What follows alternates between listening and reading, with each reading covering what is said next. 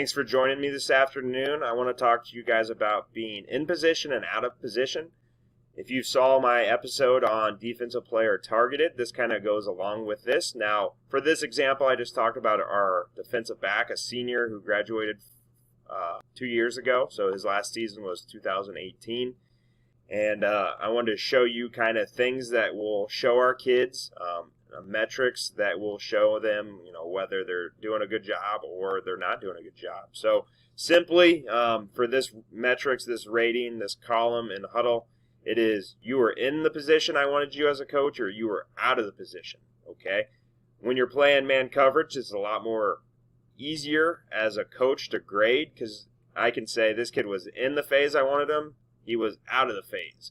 When you're playing a zone coverage, all right, it's a little trickier.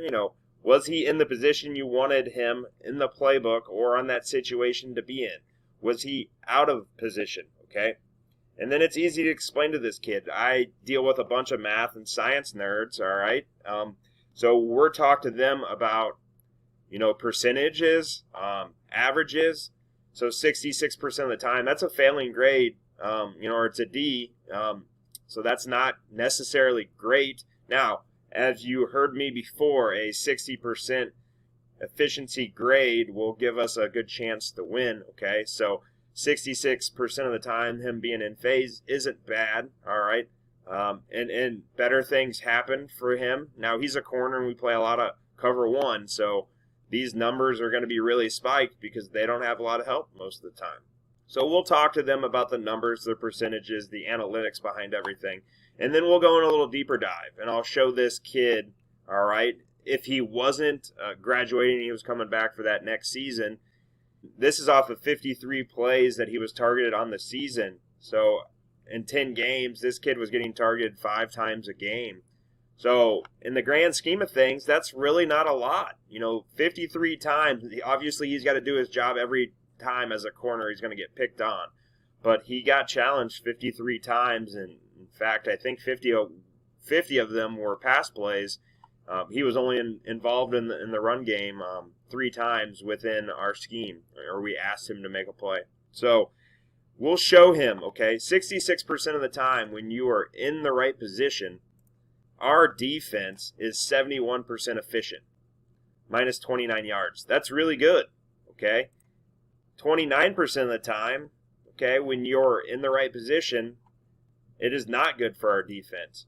So things you can do is get better at the finish because you're obviously in a good position. You got to be able to finish on the ball 29% of the time because when you're not finishing, you're in a good position, but that receiver goes up and makes a play. Now, we played Mount Union this year, and they had one of the best wide receivers in the nation, so this kid got picked on a few times.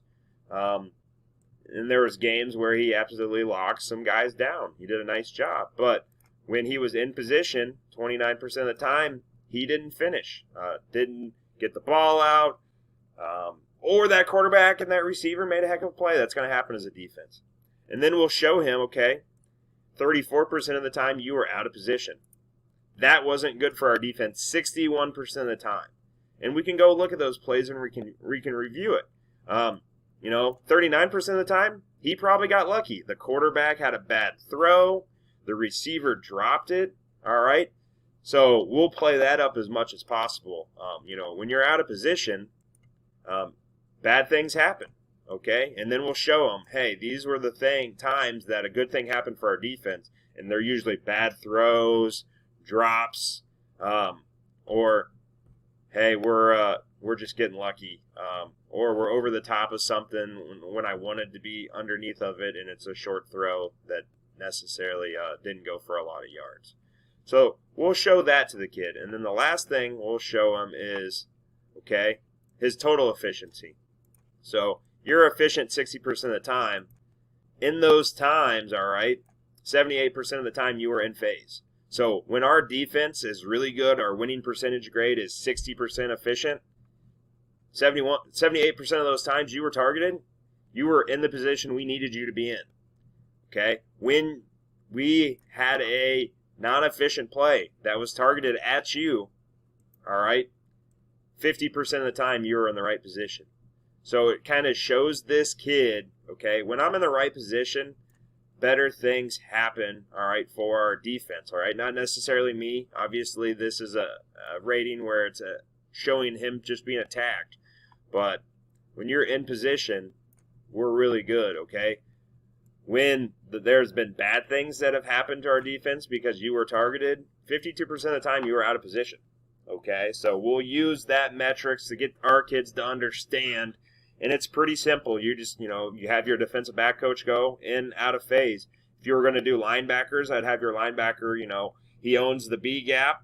Did he get to his gap? Did he get to his, it would be like a plus minus, all right, on a grading sheet.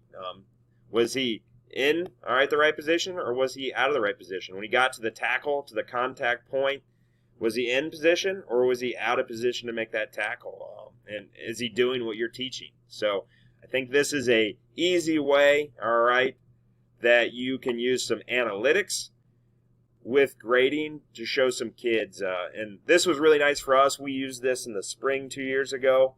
One-on-one, Skelly, or in fall camp, those type of situations to determine on who your best, we play 5 defensive back, who are your best 5 defensive backs? Because at the end of the day, maybe this kid was targeted and his efficiency is 70%, but he was out of phase 65% of the time. Do you trust that kid in a football game to be out of position 65% of the time against a better receiver maybe and a better quarterback than maybe what that kid saw on that spring practice with the 3s or the 4s?